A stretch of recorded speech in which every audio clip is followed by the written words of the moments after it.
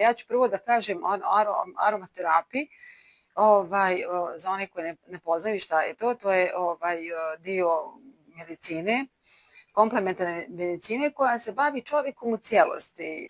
Ali ovo mi se mnogo dopada jer medicina se bavi bolestima. Kod nas ne postoji bolest, kod nas postoje simptomi i stanje koje nas je trenutno našlo. Aromaterapija se bavi čovjekom u cijelosti, to je ona ljepota.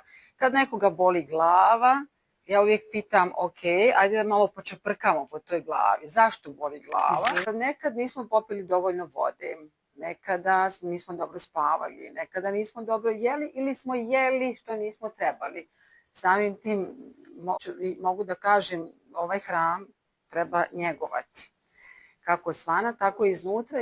Jako je važno kako njegujemo naše tijelo i naš hram iznutra tom hranom. Tako da aromaterapija uz pomoć malih eteričnih ulja, i volim da kažem da su to anđelčići u boci, reću vam poslije i zašto, mi koristimo to u terapiji i imamo različite postotke koje koristimo, pravimo mješavine.